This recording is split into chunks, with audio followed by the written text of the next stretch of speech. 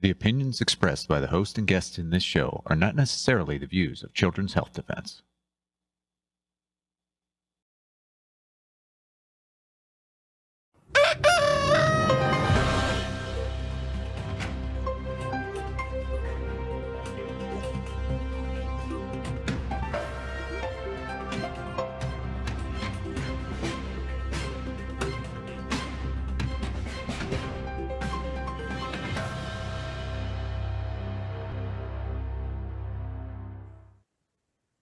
Good morning, CHD. It's Wednesday, April 30th, 2025, and we are live here at CHD TV. Right, so lots of fear-mongering going on. We've done with the measles fear-mongering, and now it's the whooping cough. Whooping cough cases spread in the US, says the CDC. The United States seeing an uptick in whooping cough cases. Lots of other articles. Whooping cough cases are rising again in the US. Be very afraid. And they go on and on and on and on like that. So who better to talk about whooping cough, as I call it, or whooping cough, as some of you call it, is Dr. Paul Thomas, our favorite pediatrician. Let's bring him on. By the way, he has been a pediatrician for over 40 years. Very experienced. Good morning, Paul. Good morning, Polly. It's glad to be here with you. Very early where you are, so thank you for getting up early to talk to us.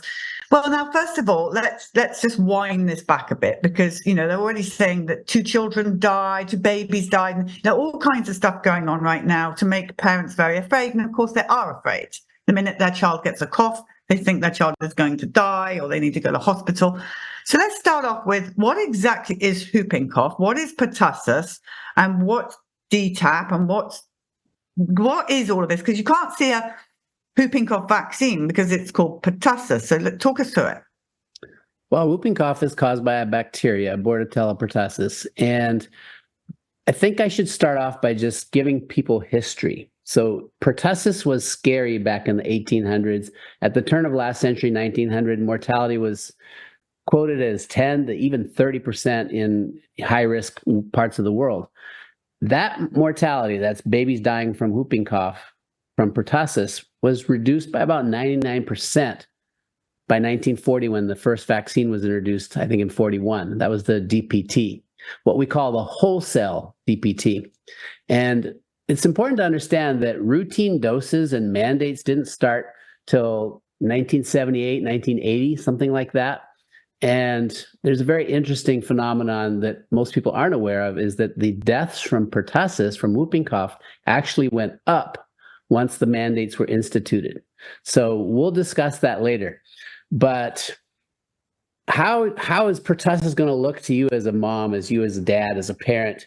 As a busy pediatrician, one of the most common symptoms we see in the wintertime, I'd say from December through about April, and we're in April right now, is cough. So kids come in with, cough, congestion, runny nose. Sometimes the eyes are a little red, perhaps a sore throat. That is about 10, 20% of what you see in the office every day throughout the winter. How much of that is pertussis? How much of that is whooping cough? Almost none. Polly, when I was in practice, and I was in a busy practice for a couple decades or longer, actually, I saw pertussis almost never. Okay, there were a couple years where we had massive outbreaks. This is another point that people need to understand. Like most pediatric infections, they're kind of cyclical. They go up and down. And pertussis tends to cycle every 3 to 5 years. This was true before the vaccine. It's coming to be true again, as the current vaccine, the acellular pertussis, DTaP or Tdap, that one is not working very well. So pertussis is coming back, and we can get into that. But during those high years, when I started my own practice in 2008, where I was honoring informed consent and allowing parents to make their own decision, I started having more and more families join my practice who weren't vaccinating at all. And I remember getting letters from my peers, hate mail, if you will. You are unilaterally destroying community immunity in the greater Portland, Oregon area. Like, oh my gosh. I did not want to have a child die in my practice from whooping cough. That would be like end of my career, right? So I was very, very careful. And I learned a lesson earlier on in my career when I was about 10 years in. I'm a young pediatrician. I had a kid in my practice back then who had a chronic cough. And it went on for months. I couldn't figure it out. I thought it might have been asthma related, sent him to a lung specialist, and it was chronic whooping cough. I felt like a schmuck. I missed it. I never figured that this chronic cough was whooping cough. So what I started doing to be careful was any child with a severe cough, an oxygen need, a chronic cough, I checked for whooping cough, an actual culture, not just a PCR, but I would check to see if it was. And what I found this one year, it might have been 2012 or 2014 when we had a huge uptick in the US. Every kid like that who was very sick or chronic, we checked. We must have checked hundreds. We ended up with 20 cases of whooping cough that year in my practice. They all did fine. Of those 20, 15 were fully vaccinated. So you got to understand that 15, 3/4 of these kids were fully vaccinated. The other 1/4, the other 5 kids were all in one family. And that family they didn't believe in vaccines. And they even had an infant who got whooping cough who was 7 months old at the time. They all did fine. We gave vitamin C. They're already on vitamin D and just supportive care. And they did fine. So anyway, I don't know if I answered your question. Yeah, well, you kind of did. But I also want to talk to you about, so when my youngest Toby was little, he had one DTP vaccine, which is the whooping cough, right? Right. And he then got whooping cough. And I remember we were about to go on vacation the next day somewhere sunny, and the health visitor came in, which is what they used to do in those days, just to check on Billy's development or whatever it may be. And she said to me, you need to get that child down to the doctor or even potentially the emergency room and get him some antibiotics straight away. He's struggling to breathe, and he could potentially die if you don't go and get these antibiotics right now. I did not get the antibiotics, and I went on vacation, and he sat in the sun and he coughed and he spluttered and he got better. And that's what we did. And he's still, by the way, 27 years old today and never had antibiotics in his life. But I want to talk a little bit about these scary people like the health visitor or the doctor or the news or whatever, telling us that if we don't go and get medical help immediately, our children will die. If they have a fever of 101, your child needs to see an emergency specialist straight away. We never had that in the old days. We were allowed to treat our kids the way we thought were right. But now parents are scared. So let's talk about treatment. Again, in our day, it was vitamin C, lots of bone broth, lots of steamy showers, steamy bath. We would make the bathroom really steamy and let our kids cough and splutter in there. What's going on? Well, so if your kid's coughing, first of all, it's probably not whooping cough. It's not pertussis. But keep it in the back of your mind. It's a possibility if your child ends up getting to that point where they're really struggling for air. Croup, which is a inflammation of the airway, sort of up this part of your airway. They cough like a seal. You get this raspy breathing in and out. That's usually not pertussis. That's usually parapertussis, which is a cousin, if you will, of pertussis, as far as the virus that's causing that. And that's the steamy bathroom thing. That really helps because the whole airway has gotten dry, and moisturizing the airway helps. So I remember when I was in training, we would put these kids in a tent and just fill that tent with steam. And that seemed to relieve the distress that they had. Croup always sounds, never say always in medicine, but typically sounds way worse than it is. They're making these horrible noises, but you look at them and they're not really in distress. Now with whooping cough, these kids will get these spasms of coughing and turn blue. And of course, when you're watching your child turn blue, by the way, I've never seen that. I've just been taught. That's how rare it is. Okay. As a busy pediatrician with 15,000 active patients for over a decade and 40 years of clinical practice, I've never seen a case of serious whooping cough. Maybe in training, there was one in the ICU, that kind of thing. But your run-of-the-mill cold, cough, croup, asthma, wheezing, bronchiolitis, RSV is the number one cause of bronchiolitis, which is more like a wheeze. how do you sort that out, right? So you're a parent and your kid's coughing and they're not doing well. You need to help figuring it out. Well, I think, Polly, like you were saying, if they're eating, if they're drinking, and otherwise they're not in distress, you don't need to rush to the emergency room. We don't want to treat fevers unless they're getting to the 104, 40 degrees centigrade, 104 Fahrenheit, that kind of fever, then okay, you might want to do a sponge bath, something like that, and get that down a bit. Most kids at that level are delirious, and then you don't know if they're delirious because they're low in oxygen or they actually have a serious infection. You brought up antibiotics. It's interesting. I was trained as a pediatrician that for whooping cough, you do use an antibiotic called azithromycin, typically, any of the antibiotics in that class of drugs. And that's because sometimes when you're already sick with one thing, you can get another infection. They call it a super infection. And actually, there's some logic to that. Antibiotics don't treat whooping cough very well. Your vitamin C comment was right on. High dose vitamin C is what I was doing in my practice for those 20 cases that I saw, and those kids did fine.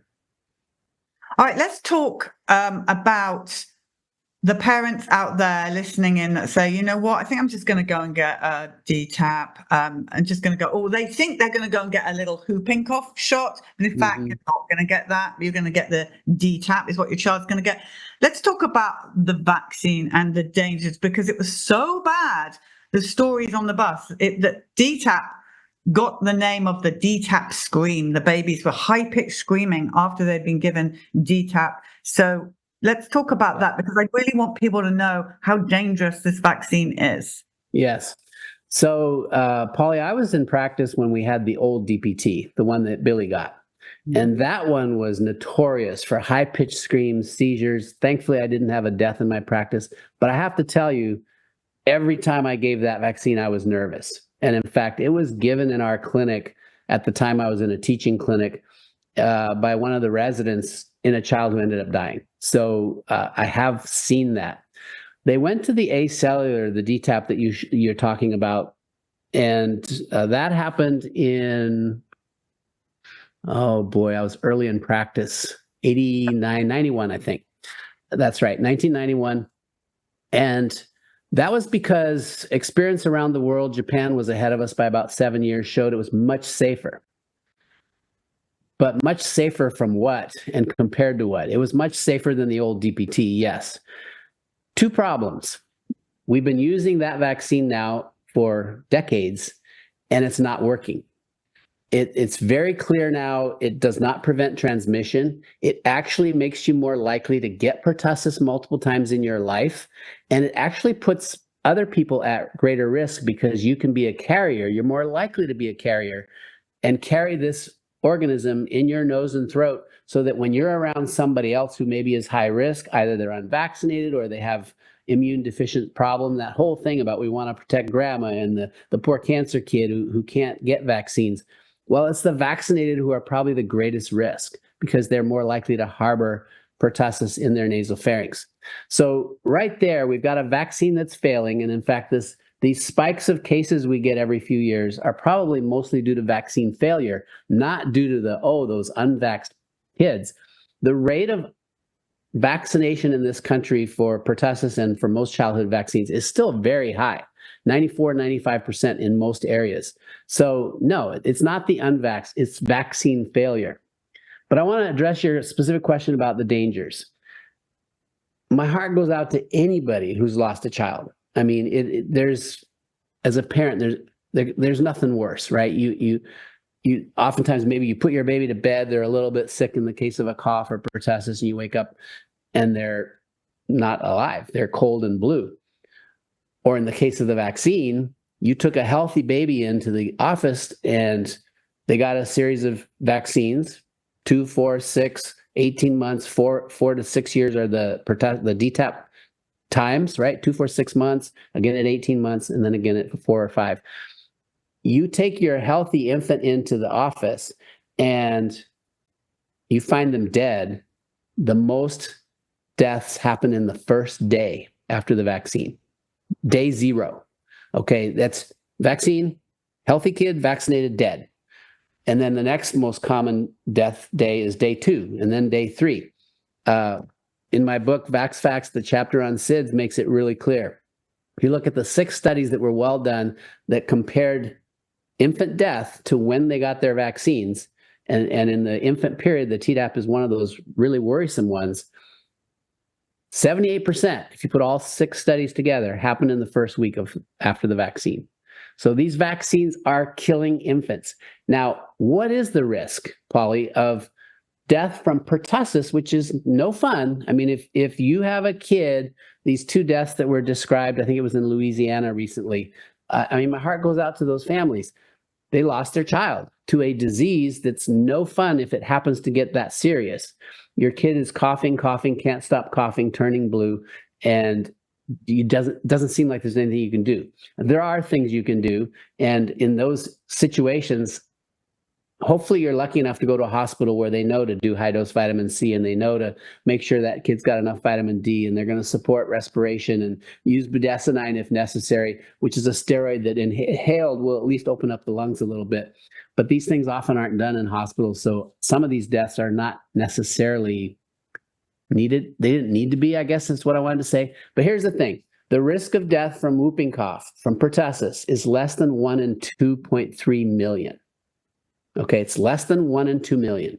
The risk of death from the vaccine is greater than 1 in 76,000. It's orders of magnitude different. The vaccine is killing far more kids. I mean, I didn't do the math ahead of time, but we're talking 20, 40, I don't know, times more deaths from the vaccines than from the disease for which we have the vaccine. So this is really important that people understand that if you take your child for any vaccine, by the way, but we're talking about the DTaP at the moment, your child could die. Now, who knew that? So with all the fear that you're going through now of whooping cough, there is nothing in the mainstream media about the fact that babies can and do die. And not just babies. Paul, can we just talk for a second? Okay, so you've got the DTaP, which is for the kids. The Tdap is from, I think, like 11 years upwards, and is given to pregnant women. And I have to say, we had stories on the bus where the mothers would tell us they had the Tdap vaccine and then their babies would die. Their fetuses like in the womb, the womb. Yes. And that's not a coincidence, because their fetus was completely, I call them babies because the minute it's conceived, as far as I'm concerned, it's a baby. That's another subject. But anyway, we had stories from these women would tell us they would take this vaccine while they were pregnant and the flu shot, and that they would lose their babies. Their baby's heartbeat would be no longer there. Yeah. I gave a presentation at the PIC Physicians for Informed Consent, their inaugural meeting back in, I think it was 2016. And I researched all the data, all the studies that the CDC had up at that time that were, quote, proof that the Tdap was okay for pregnancy. And when you really did a deep dive in those studies, it was not so. It was very clear that the Tdap was killing more babies than it would ever save. You know, I mean, most years we were having back then, and until recent times still, maybe up to 4 deaths per year in the US, 1 in a million, and it's mostly in infants, and then the next highest risk is age 1 to 2. The Tdap was causing spontaneous abortions and basically killing fetal death in the womb, very high percentages. So it was clearly dangerous. And the tragic thing was, if you're watching and you're pregnant or you're thinking about getting pregnant, think about your maternal instinct that when your baby's in your womb, I mean, you don't even take over-the-counter medicines. You don't even eat fish because it's high in mercury, but you're going to give a Tdap with a massive dose of aluminum, a highly toxic to your brain, your child's brain development, to their immune system development. And you're going to mainline that basically into that tiny little developing being. It makes zero sense. The Tdap has a lot of bad ingredients. It used to have mercury. It still has a ton of aluminum. It's got formaldehyde and a few other ingredients that are just shouldn't be injected into anybody, and for sure not into pregnant people or infants. No, you're absolutely right. And the thing is, again, is that all of these parents say to me over and over again, the fear that they were driven into them by the doctors and the nurses that were saying, oh my gosh, your child is going to die. Well, I know that you're interviewing Carrie Bundy soon, and her story is exact example of why you should not vaccinate. So that's coming up on Pediatric Perspectives very, very soon. Now, I want to talk about your book for a second, because Vax Facts, and the reason I want everybody to know about this book is this is a must-buy book for young mums. They've got to see, this is how you're going to save babies, by sharing videos, but also by getting this literature into the hands of these young mums. I would have done anything to have had your book in my hands as a young mum. Yeah. Well, Polly, when I turned in my license a couple years ago under duress, it completely freed me up to speak honestly and to write this book. The thing was, as long as I was in practice and my practice was taking insurance money, I would lose my license and lose my practice if I said anything negative about vaccines. That's just the truth of the matter. So Vax Facts is really the true informed consent. Because when you want to consider, am I going to do a vaccine or not, you need to understand the risks of both decisions. And it's not zero on either case, but in every case, and there's even tables at the back of this book, you are more likely to lose your child, for your child to die, if you vaccinate than you are from the disease for which you're vaccinating. Every single one on the childhood schedule. So I cover all the data, the vax, non-vax data. I cover each of the vaccines, what's in it, what are the risks, what are the potential benefits, and a whole lot more. I mean, this is really your resource in an easy to read way. So I do encourage, if you're thinking about vaccinating, and this has a chapter for adults. I cover the pregnancy all the way through end of life, and it's a must read. Yeah, and you can get this book on Amazon, correct? It's everywhere books are sold. On Amazon, you can go to vaxfactsbook.com if you want to get a personalized author's copy. But yeah, you can get it on Amazon or Barnes & Noble or any bookstore. We don't like Amazon, but sometimes it's important to push the book up to the top of Amazon. So there's that. But if you're doing personalized signatures, so basically, if I had a friend called Sarah who's about to have a baby, I could say to you, could you just write, "Dear Sarah, don't vaccinate"? Yes. Yes. You just go to vaxfactsbook.com, and there's a spot in there where you can put in what you want to be in the book as personalized message. And we take care of that. There's a little extra cost for that because I have to go. First, I have to pay for shipping to my house, and then I have to go pay for shipping again and personalize it. But this is a mission. It's worth it to get this book into the hands of everybody you care about. All right, and it's a brilliant book. Okay, so here's one last thing before we let you go. So if you're a mum watching now and your two little children have potentially got whooping cough and you're just a little bit anxious, and maybe your husband is like, I don't know, maybe we should get them checked out, because there's always that between husband and wife. What is your final advice to this mother with potential whooping cough in her children? So get them on vitamin C. And the maximum dose that Dr. Suzanne Humphries has done a lot of work on this says is 250 milligrams per kilogram per day. And you do that for anywhere for 2 weeks or until they're better, as long as 90 days. Maximum is 10 grams. That's a lot of vitamin C. That's the max adult dose. But I would do that. I would make sure they're hydrated. If you're breastfeeding, please continue breastfeed more.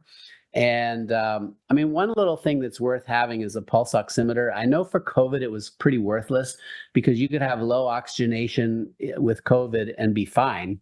So in that situation, it unfortunately sent a lot of people to the hospital who then got into these horrible protocols. But if you're home and just wondering, do I need to go to the hospital? If you have an infant and they're breathing greater than 60 breaths per minute, that's 1 breath per second. 1,000, 2,000. Okay. When they're breathing that fast as an infant, they're having a hard time nursing because they're going to suck and push off and gasp for air. That's a sign your baby probably needs to be seen. But if they can suck, if they can drink, if they're not breathing 60 breaths per minute, when they're calm, you don't need to rush off to the hospital. They're alert, they're feeding, they're hydrated, you're good. So hang in there. Add the vitamin C. If you haven't been giving vitamin D, go ahead and start that. For infants, it's 1,000 IUs per day. Run all this by your trusted healthcare professional. I'm not licensed. I'm not giving medical advice. It's just information for you to consider. And you're going to get through this. Absolutely. And don't treat low fevers. Never use acetaminophen. It makes things worse, period. Yeah, we hate that stuff. Also, I just remembered quickly, it's always worse at night. I remember I used to prop, I don't know if this is right, but I used to prop my kids up so they weren't lying completely down flat with a really bad coughs. I don't know if that's good or bad. Very true, Polly. Croup especially, which isn't pertussis, but most infections get worse at night. I don't know what that is. So yes, if you have a small infant, I used to tell people, oh, those things are not worth it. But they have these little owlets that will alarm. If you're not actually with your baby watching them, it'll alarm if they stop moving or stop breathing, so you get a lot of false alarms, which freaks you out. But hey, if a baby is in trouble and stops breathing, I mean, it's literally you go, hey, wake up. And then, they start breathing again. So you could probably use that as your stopgap just in case. And I've never really told people to do that because it's usually unnecessary. But I like your idea of propping babies up a little bit. If they're that sick, you're going to keep an eye on them. Right.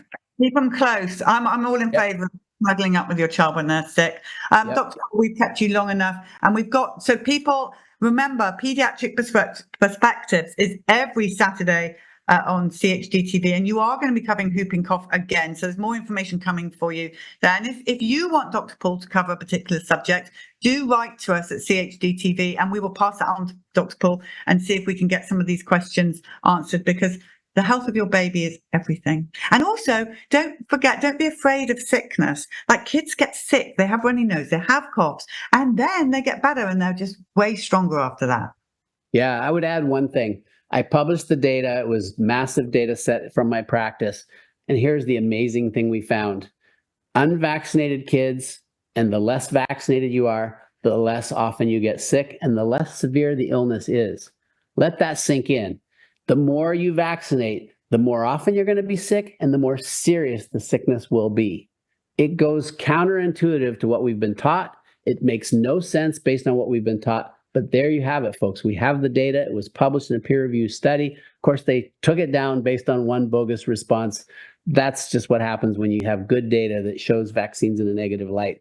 Hopefully that's all going to get fixed, because I hear we've got Bobby Kennedy, who's working hard to get accountability and transparency and get even our institutions that are publishing studies are very corrupted. So stay tuned, folks, and I look forward to see you Saturday morning. Yeah, thank you, Dr. Paul Thomas, for everything that you do and your bravery and your brilliance. And thank you so much. Thanks, Polly. Okay, everybody. Well, now we have a special interview for you. It's Zen Honeycutt, and Claire Dooley sat down with Zen in person and did a beautiful interview. And we're going to play that for you now. Very important stuff in there. And then we're going to go to our autism story of the day. But from me, pray big, stand firm, never, ever, ever, ever settle. And remember how much you're loved. And I'll see you tomorrow.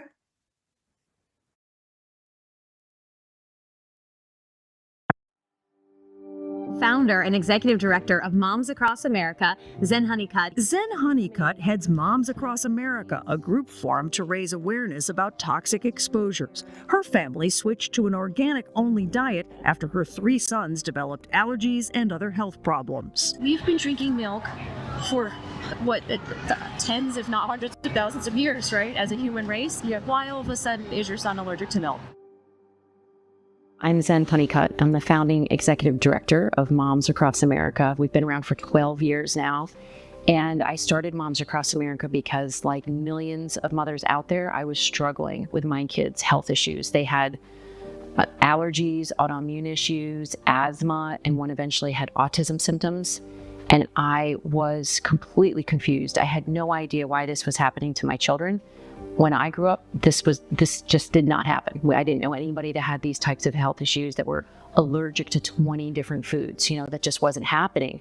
So I looked into it, and somebody posted on Facebook Robin O'Brien's TED Talk called Patriotism on a Plate. It was all about GMOs and what was happening with the food supply.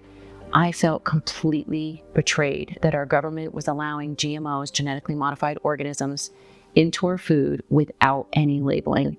I was mad for about 3 days, and then I decided to do something about it, and I researched. I watched the movie Genetic Roulette by Jeffrey M. Smith, and I realized that for sure GMOs were involved in my kids' allergies and health issues. Now, keep in mind, I didn't know about vaccines back then, so I was vaccinating my kids as well, so I do believe now that that was also a factor.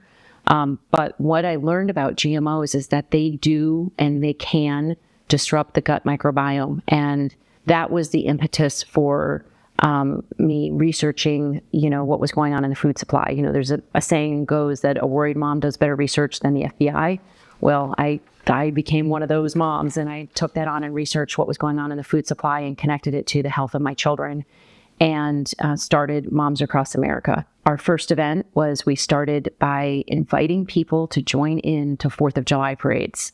And I did that because Jeffrey Smith was saying for a very long time that if you share information with only 15% of the population, you can create a tipping point, right? You only need to reach 15% in order for things to snowball in the right direction. And Robin O'Brien's TED Talk was called Patriotism on a Plate, right? So I think subconsciously I put patriotism and reaching massive amounts of people together. And I said, let's join into 4th of July parades with banners that say Moms Across America March to label GMOs. And we did that. Our goal was 100, but we had over 179 groups join into 4th of July parades and reached thousands locally and millions nationally in a single day. And it was beautiful. I mean, people were cheering for activists. Normally, if you think about it, people roll up their windows when they see activists because they're yelling and they're angry.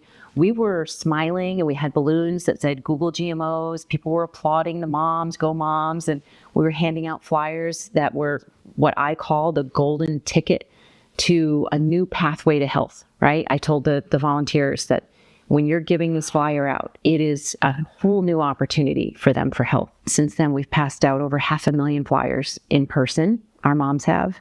And our 600 leaders have had over 1,000 events in all 50 states. So we believe that our moms are one of the driving forces of the marketplace, switching from 20 billion in sales of organic to over 70 billion in sales today, over tripling the organic marketplace. So I'm very proud of our moms that are active and care about our communities.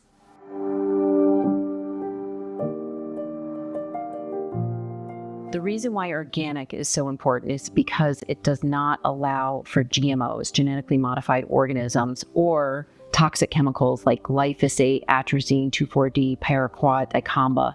These are all herbicides that are very harmful to human health. And GMOs are also harmful to human health and to animal health. And I'm going to tell you the 3 kinds of GMOs, okay? The first one was developed back in the 70s to combat the effect of glyphosate. So glyphosate was introduced into farming because Bayer and chemical companies were suddenly not allowed to use chemicals for warfare anymore, so they needed a new market. So they decided to declare war on bugs and weeds, and they convinced farmers that using chemicals to kill weeds and, of course, pests would be more labor efficient, right? More cost effective, which it was easier, it was more convenient. However, they lied to them and said that these chemicals would be completely safe, you could drink them, they wouldn't do any harm to the soil, they would biodegrade in the soil. They straight up lied to the farmers. And what they did was they ended up using glyphosate, which was originally used as a pipe cleaner. It would chelate, meaning grab onto and make unavailable, which is, in most cases, the vital nutrients of any living thing it touches. In pipes, it was the metal on the inside of the pipes, right? It would clean out the pipes. So they saw that this glyphosate, however, didn't just clean out pipes, it would kill everything it touched. So they started using glyphosate as a weed killer. And then they discovered that it was killing the crops next to the weeds, right? So they decided to genetically engineer the crops to resist glyphosate.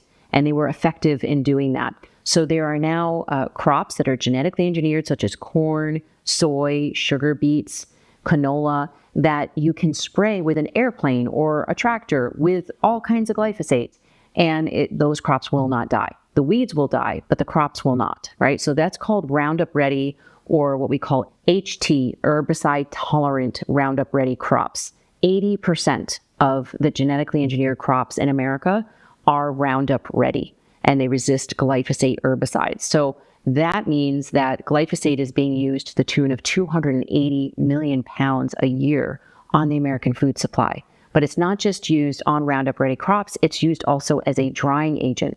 So crops that are not GMO, like wheat, peas, beans, legumes, oats, they're often sprayed with glyphosate as a drying agent just before harvest to speed up the harvesting process.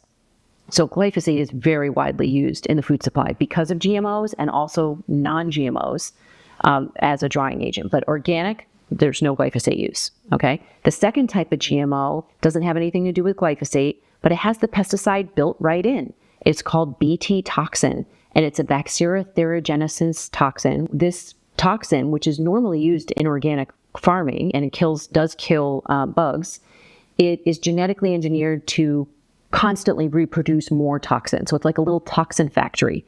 And so when it's genetically engineered to be in, for instance, soy or corn, the corn or the rootworm will come along and eat any part of that plant, the root or the stalk, the leaves, and it will die because the toxin will get into its stomach, constantly reproduce more toxins, explode the stomach of the bug that eats it, and then the bug will die. Now, doesn't that sound an awful lot like gut dysbiosis, holes in the stomach of our children, and increased allergies, increased inflammation, increased sickness? That's what's happening in America because of these Bt toxin GMOs, which are mostly in corn. The third type of GMO I'm calling a DT GMO, which stands for desired trait, to follow suit with HT, and that's like gene editing, gene drive. They have nothing to do with pesticides or herbicides, but they do have a desired trait. For instance, salmon that will grow 4 times fatter, 4 times faster, and be sterile. Desired traits, right? Not so desirable to eat. In my opinion, I'm not interested in feeding my kids that. But the problem with these types of GMOs, for instance, the potatoes that are genetically engineered not to brown, they're still rotting. The brown is masked so that you don't see it rotting, right? You could smell it rotting, but you don't see it rotting. Same thing with apples, the non-browning apples, or rice that has more vitamin A in it. Those types of foods are genetically engineered to have a desired trait. The problem is that they have thousands of off-target mutations that are unpredictable and, in my opinion, undesirable, right? Nobody wants to have your food changing in unplanned and unintended ways and then feed that to your children. So those are the 3 types of GMOs. One has the pesticide built right in. One is genetically engineered to resist the herbicide. The problem with that is that the herbicides get on the crop and we consume those herbicides. The third one is genetically engineered to have a desired trait with thousands of off-target mutations.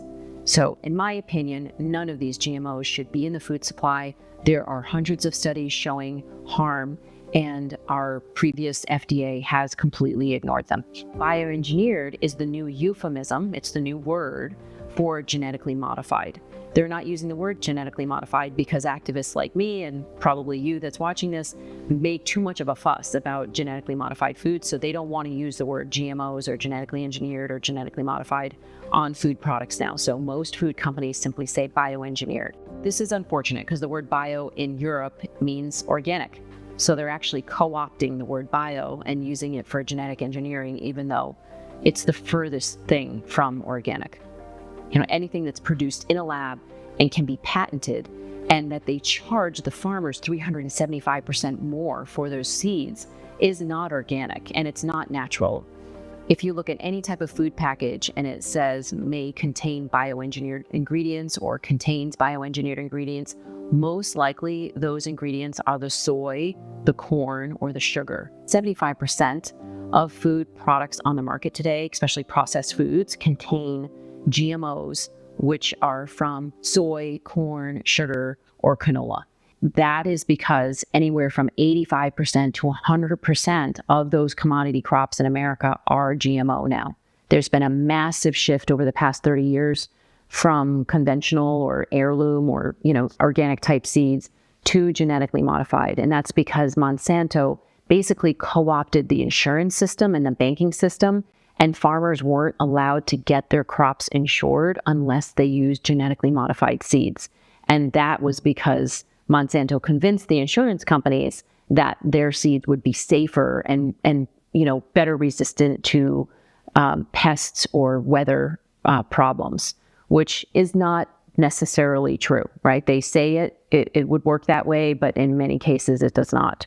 Farmers were practically forced to get on this toxic treadmill of chemical cocktails. They have now been practically enslaved in a system of chemicals that they have to use over and over again. They use the chemicals that deplete the soil, and then they have to use fertilizers from the same companies to replenish the soil. Now the companies are even genetically modifying bacteria to put genetically engineered bacteria in the soil to rejuvenate the soil.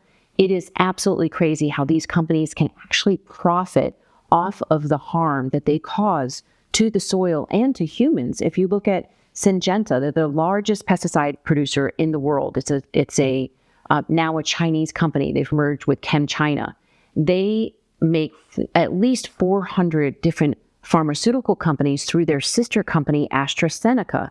So their sister company benefits off of the harms that the pesticides cause by their sister company. And this is, to me, absolutely criminal, that it's a perfect profit circle for them, but it is a vicious cycle of sickness and soil depletion and human health being hurt over and over and over again. So these companies are primarily Monsanto, which was bought out by Bayer, which is a German company, and Syngenta was bought by ChemChina, so that is now a Chinese company. Syngenta is in Switzerland. Dow and DuPont have merged, and they are in the United States. So those are the primary ones. There's BASF as well, that's a European company. So these companies have U.S. production, of glyphosate, of things like that, but they are primarily foreign companies that are inflicting harm upon the American people. So I would recommend, as much as possible, if you can, buying 100% organic cotton t-shirts. Hemp or linen are also wonderful, but most people can't afford that. It can be very expensive to buy those types of clothes. The next best thing I would say is to buy consignment, because at least it's been washed many times. The chemicals aren't as new. They're not going to be off-gassing as much. And if you do buy new, I would just recommend that you wash it first as much as possible. It's the clothing thing is not something that I've been able to take on in a major way. We haven't found sources of 100% organic cotton clothing that is anywhere near affordable for what the most American people can do. So most new products will have chemicals on them that will be harmful. So I would always suggest that you wash the garments before your baby wears them. I bought a dress one time that was brand new, and I put it on and my whole body broke out in a rash. It was a red dress, and I think the dye in it just made me have a full-on body rash. So I made sure to wash our clothes before we wear them.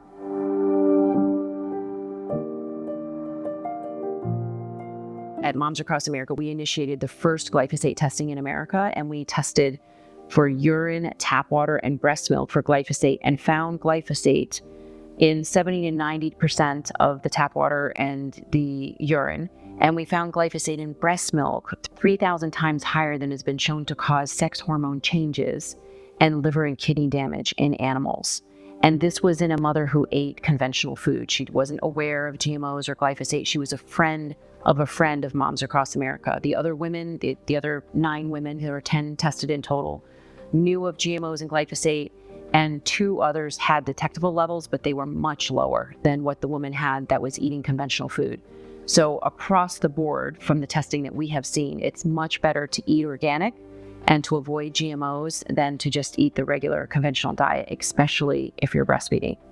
Now, in addition to contaminating urine, tap water, breast milk, orange juice, beer, wine, tampons, gauze in the hospital, cotton, all kinds of foods, eggs, bagels, chips, snacks, candies, wheat, pizza, oats, practically everything, lentils, beer, all of these different types of things are contaminated with glyphosate. We also found glyphosate in vaccines, and we were horrified by this. But when I saw the ingredients of vaccines, when my son was 9 years old, and I read them for the first time in my life, and I said, wait a second, there's bovine serum, there's chicken serum, there's chicken embryos, there's gelatin, which I later learned comes from pigs. Their tendons ground up and made into gelatin.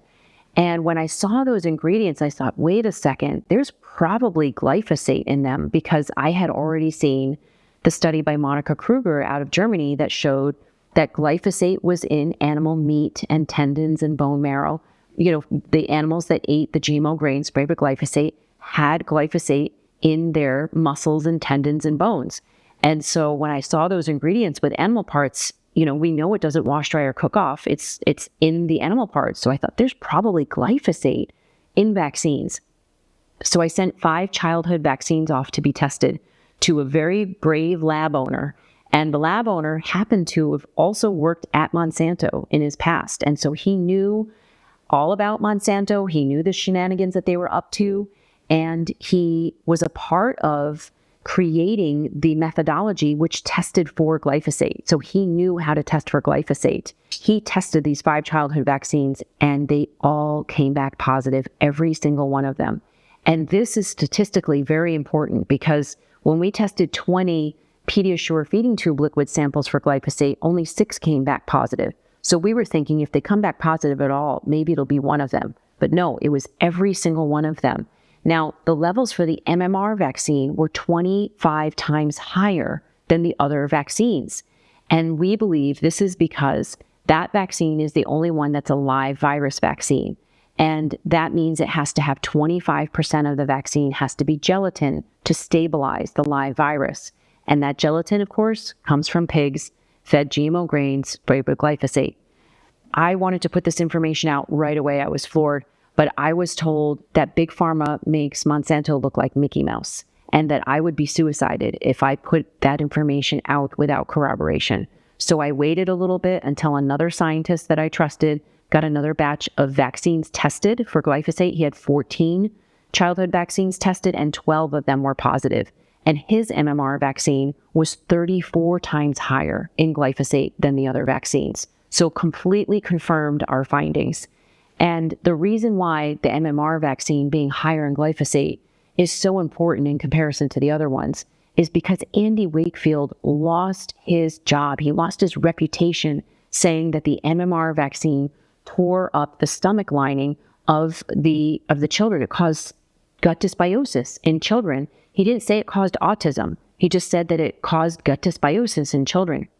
Why is that important? Well, because Donna Pharma, Monsanto's lead toxicologist, when she was questioned, about the safety of Roundup and glyphosate, and do you test the final formulation of Roundup? She said, oh no, we can't test the final formulation of Roundup on rats. Their stomach lining is very delicate and it tears up their stomach lining and they die. And we can't do animal studies on animals that die. So we only test for glyphosate on animals. The only way that glyphosate was shown to be harmful, and keep in mind, this is only on short-term toxicology studies, but she said the only way that glyphosate was shown to be harmful was when it was injected. And we all know it's not injected. No, we do know it's injected now. There's glyphosate in childhood vaccines. They have been ignoring this. The CDC has been ignoring this. The FDA has been ignoring this for 9 years. But finally, this administration is looking at the information and is going to determine if glyphosate is still in vaccines or not, and is still most likely tearing up our kids' stomach lining, contributing to autism, and causing chronic disease in America today. So a water source that would be wonderful to get would be spring water that's delivered to your house in glass containers, if you can afford that. Another way would be to get the AquaTrue water filter. It's available on Moms Across America as an affiliate. And we offer that. We happen to find out that it's also the only water filter that Erin Brockovich recommends. And this is because it is reverse osmosis. It gets everything out, glyphosate, PFAS, fluoride, all of that. But you do have to put trace minerals back in to reverse osmosis water. Otherwise, your body will pull calcium out of your bones in order to process the water. So you want to put trace minerals back into reverse osmosis water.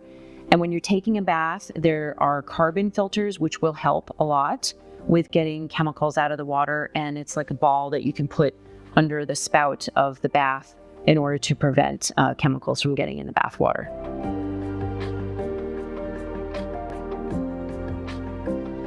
The top 3 things I would recommend for any mom to do to improve the health of her family is, number 1, get soda and highly processed food out of your house. Just don't buy it. Don't bring the highly processed foods like Pop-Tarts and Hot Pockets and microwave foods. Just don't buy the highly processed foods as much as possible. Buy whole foods. The second thing is to buy organic as much as possible. If you can't buy all organic, at least buy your strawberries and your apples organic. Any wheat products that you eat organic, like spaghetti and cereals and crackers, any type of bread. Try to buy those organic, because then you're going to be getting glyphosate out of your diet, right? And the third thing to do, maybe the fourth, I'll have to have 4. So the third thing to do would be have good source of water. Get your water filtered or get spring water delivered to your house. And the fourth thing to do is get out in nature.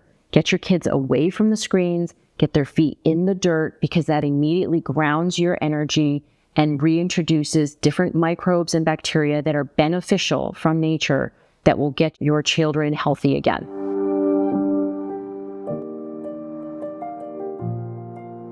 So eating out is very tricky. You can look up organic restaurants. You can do the best you can with finding organic restaurants. You can also look up Seed Oil Scout. It's restaurants that don't use seed oils, which is beneficial. But when you're sitting down to order food, I personally purchase the beef on the menu, because beef, from what I have seen, the test results have shown the lowest amount of glyphosate and other toxic chemicals. I never order chicken out, because I know too much about the arsenic being in chicken and how 80% of UTIs, urinary tract infections, are caused by bacteria in chicken. And unless it's organic and pasture raised, and it says that right on the menu, I never order chicken. Fish can also be problematic because of mercury in the fish, seafood. But if they don't have beef, I will order fish. I usually try to order steamed vegetables and steamed rice, or whole potatoes, whole sweet potatoes, those types of foods. I stay away from fried foods. And I usually do not eat the bread unless I know that the bread is, organic or ancient grain or sourdough. So it can be tricky to eat out, but if you choose wisely, you stay away from the fried foods, of course, anything with food dyes in it, then you fare better. The types of foods usually are Thai food, Mexican food, and any type of Asian food can usually be better than eating American food that's fried and highly processed.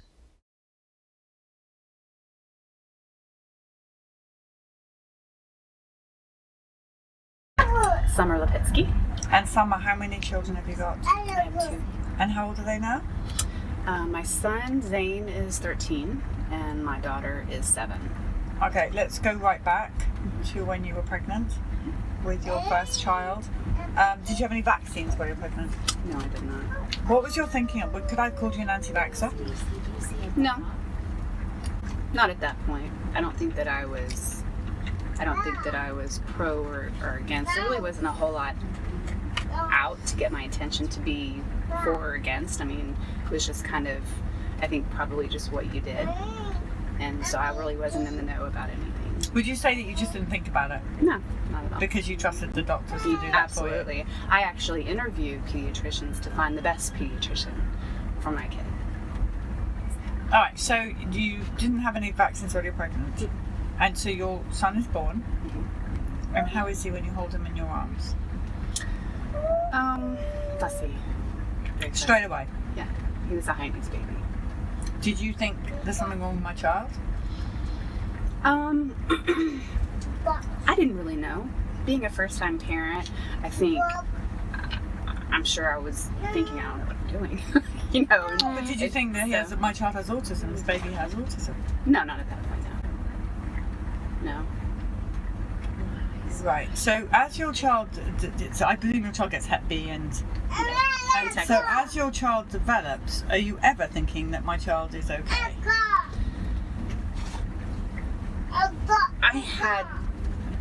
I noticed, I think I thought that there were strange things. So you could say that your child was autistic from birth? Maybe not straight away, but Well, okay, so birth after vaccines, because he did get the Hep B and he got the vitamin K. Right. In the. Did he ever look at you in the eye? I think when he was not very often. Not very often. When I remember holding him in my lap when he was itty bitty, he was probably 2 or 3 weeks old, and I noticed that he wouldn't look at me in the eyes, and it bothered me. Did you mention this to the doctor? No, because he didn't do it with my husband, so I thought, oh, he's just not like me. So I thought it was strange that his mother, you know, the one he came from out of, that he wasn't, you know, I remember looking at him and holding him in front of me and, you know, doing this, and I thought it was odd. But I thought, okay, first time mom, I'm doing something wrong. So why do you think vaccines were a problem then? Because he seemed okay up until he had the MMR. When you say okay, what do you mean? Because you also are saying that you think there was something wrong. Well, I thought that was odd, but I filed it away, you know, thinking, okay, that's Wasn't odd. drastic. Yeah, because it wasn't, it's not like he continued to do it like every day. So I thought, you know, Did he that's smile really at you ever? strange. Yeah. Okay. Yeah. And did he babble? Yes. Yeah. So I think those things, there were normal things happening. And so there were odd things that were happening too, but I think considering the fact that there were also normal things happening, I was just thinking, okay, well, that's just his personality. You know, it's just, you know, every kid's going to be just a little bit different because of their own personality. So, okay, you know, I'm just going to kind of, I guess, file it away in the back of my head, you know, and kind of rationalize it to, well, it's probably this or it's probably that, or he's a boy, you know, he develops a little bit slower. Did he walk ever? Yes, he did. Yeah. And crawl? Uh-huh. Yeah. So there were just a couple of things that made you think. Yeah, a couple of things. Well, he was very interested in the function of toys, not really what they were for, like little people. He didn't like interact them as little people. He wanted to see how they worked. He wanted to turn them upside down. He wanted to spin the wheels. He didn't have At them. what age was that? Right before a year. Right before a year, but he stopped doing that stuff. And you fully vaccinated him on recommendation? Absolutely. So 2 months? Nothing 4 was months. delayed. No, nothing was delayed. Mm-mm. And when he got his shots, he didn't have the severe reactions that a lot of the kids have. He had the fever, which, you know, I was told that he might.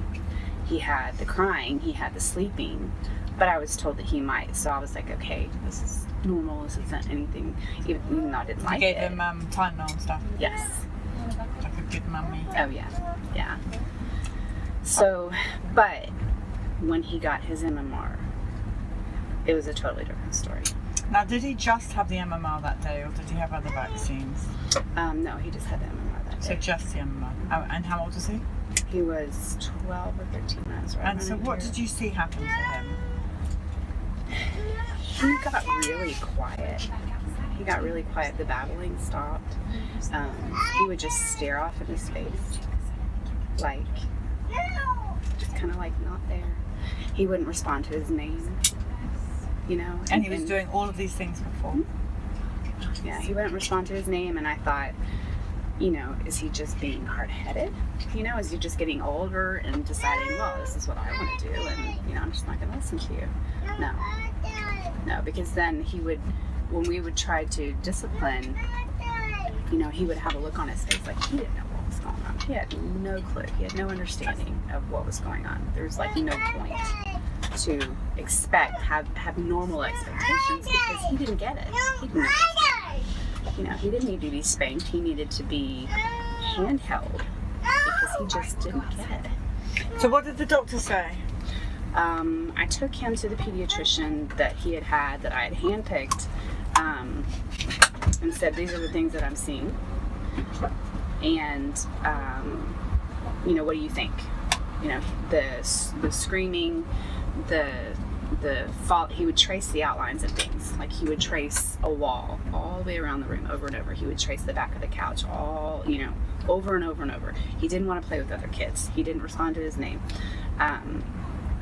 He started getting mouth ulcers like all the time. He was constipated so much all the time. He would scream.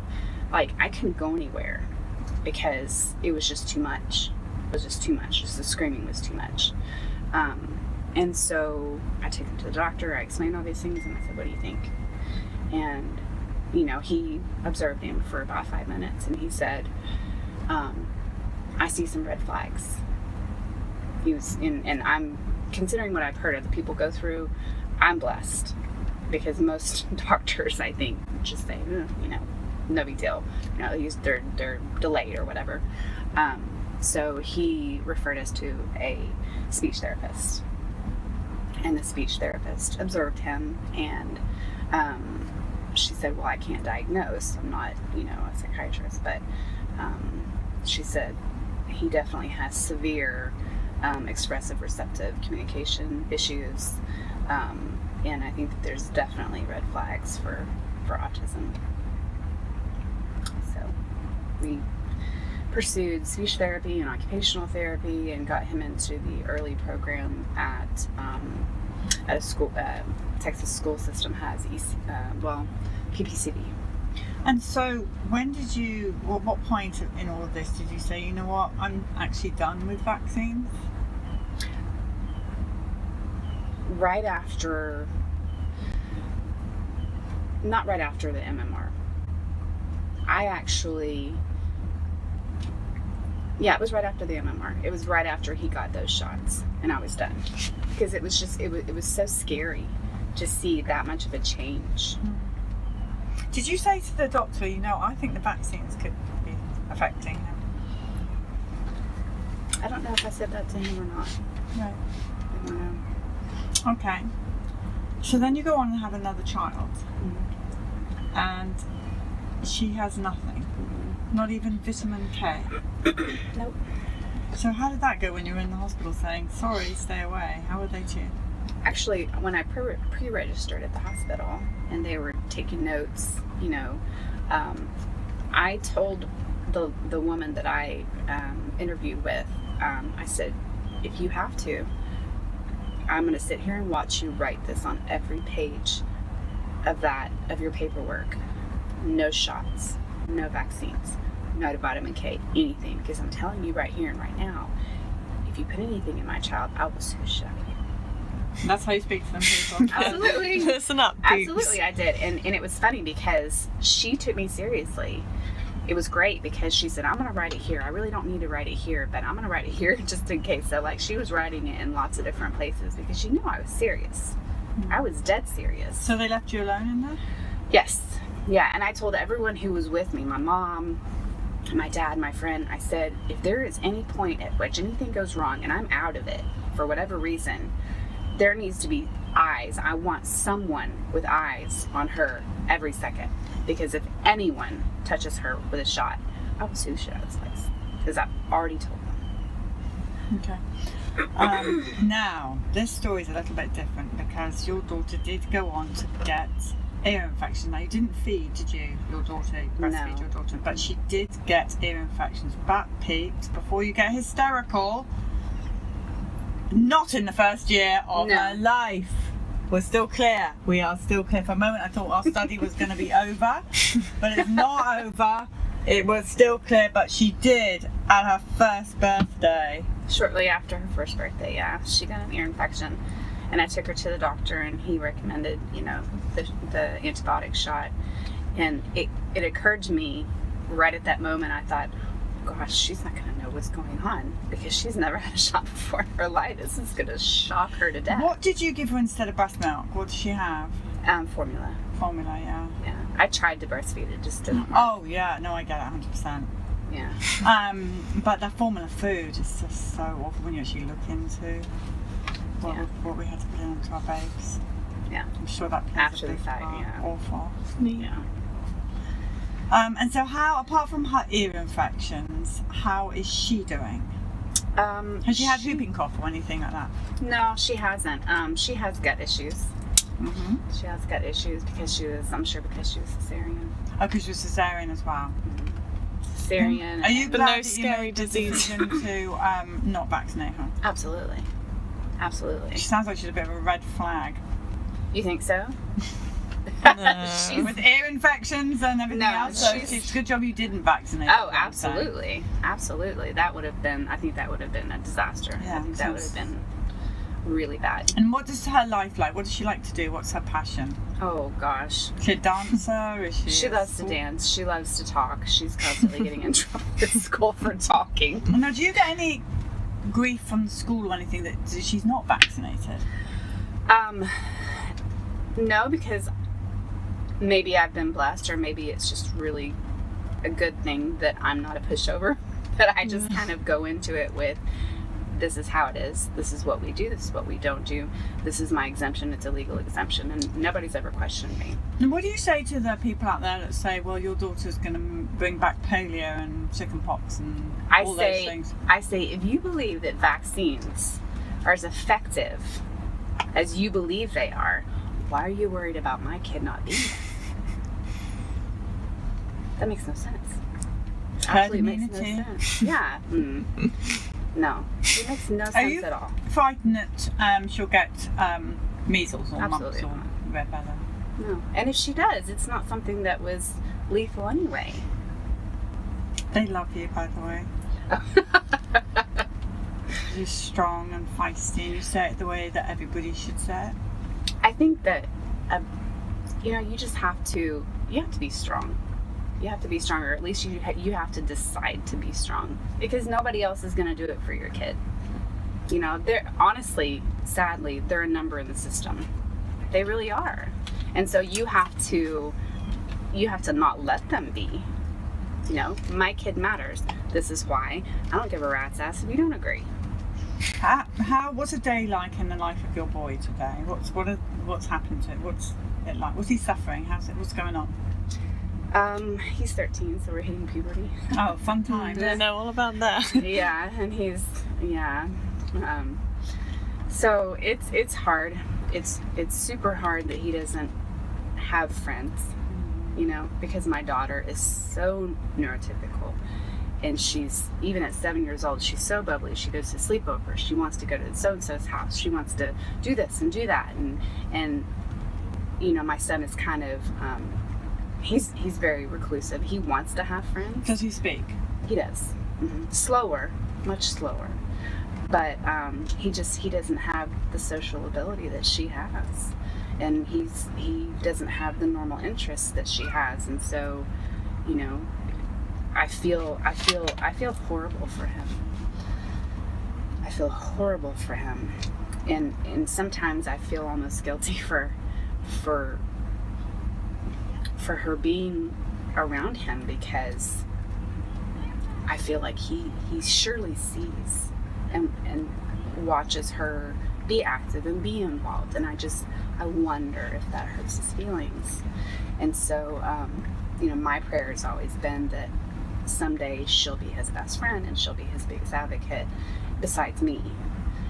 Someday, when she can understand. I don't think she gets it at all. She's totally in her own world of friends and dancing and playing, and so he has I think a hard it will time. come. It's just they're very young. Yeah. I was like that. Well, I watch you and Tommy, and I think Billy. Oh, Billy, I'm sorry. No. All Tommy. Polly Tommy, yes, you're all Tommys. Billy, I watch that and I think, golly, because you look similar to my daughter. Really? Yes, Aww. beautiful blonde, and I think, wow. That Just would in be case so people are great. confused, Bella is sitting next to me. Yes. She's not talking about me being a beautiful blonde. No, Well, she's that's not. you. She's talking about But on the Bella. sibling. No, on the yeah, sibling. topic. It will definitely grow as they both get older, for sure. Billy and I are really close now, so Yeah. it definitely grows. Yeah. I had a ton of questions and I've just completely gone off topic. Oh yes, I know. So we're doing this Did You Know campaign, and I wondered if you have any advice for the young mum. Now, it doesn't have to be about vaccines, it can be about anything that you've learnt as being a mother. Things that you didn't know and now do know. What would you say to young parents? And it's, they're going to listen to you. What have you learned that you desperately want them to know? be educated. There's no excuse now to not be educated, to learn what's going into your kid, as far as vaccines, as far as food, as far as what do you have in your household? You know, what cleaning products do you have around? What clothing do you put on them? Do you put clothing like PJs on them that are flame resistant? Well, what does that mean? Well, you should know. You should find out. There's so many ways that we can protect these kids, but you have to find out. You have to find out how to protect them so that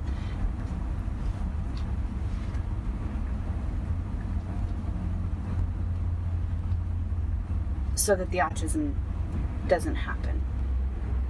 And I so want people to understand that by saying autism is bad, we are not saying that autistic children or people are bad. That is such a misconception, and it kills me that to say that, people think, oh, that means you're saying that autistic kids are bad. No, it's not. It's saying that this disability that my child suffers from is bad. And why would you be for that? You know, probably a lot of people are gonna disagree with me, but you know, the autism is beautiful, and the autism love, and you know, the t-shirts that say awesome, AW, you know, AU. Mm-hmm. Wait, I haven't seen this. What? Yeah. It's basically saying autism is awesome. Yeah, saying autism is awesome. Oh, autism sucks. I'm sorry. Autism is horrible. But our children are gifts. Our children are gifts. Exactly. The autism, the vaccine injury is not. Yeah, injury is awful. Injury is awful. I mean, blindness is awful. It's not good to not be able to see. Don't you want to see? Don't we all want to see? Absolutely. But is a blind person, is there something wrong with them as in bad wrong? Absolutely not. Absolutely not. So I would just say, please educate yourselves. Find out what you're doing before you do it. You know, the vaccines, there's so many things that we found out now that are dangerous that we can prevent. That's great advice to the young people. Is there anything else people love you because you're very honest? Oh, I know I was going to ask you. Do you think if your son, had been completely unvaccinated like your daughter, that he would have autism? No, I don't think. No. I don't have any reason to think so. Mm-hmm. Anything else you want to say? She's a very handsome husband standing in the background. Yes. Can we just do a little flick over? Ooh, there he is. Yeah, so is there anything that would ever make you vaccinate your children? How is it going with the HPV Gardasil? Interested in that? Oh my gosh. That is straight from Satan. I mean, honestly, it is the worst thing that you can ever do. It is straight from Satan. It is. That's right with that. It's horrible. It's horrible. Don't run. If you have a pediatrician pushing the HPV vaccine, you just need to run out. But you see, they're capturing these young, vulnerable parents and saying, do you want to see the suffering in your family that you've seen with all the cancer? You're going to prevent this in your child. They're using that line. I know. They're making them think their child will never get cancer and will never suffer. It's such a lie. It's terrible. It's absolutely a lie. So then I would counter that with, okay, look at what's happened to all of these kids who've had the HPV vaccine, all of them that are dead now, all of them that are suffering horribly. I mean, really, do I want to sign up for that? Do I want to sign up my kid for that? No, absolutely not. I mean, there are things that you can do. It's called condoms. It's called, you know, I mean, other things that you can do that's going to protect your children, that they're going to be able to protect themselves. Yeah.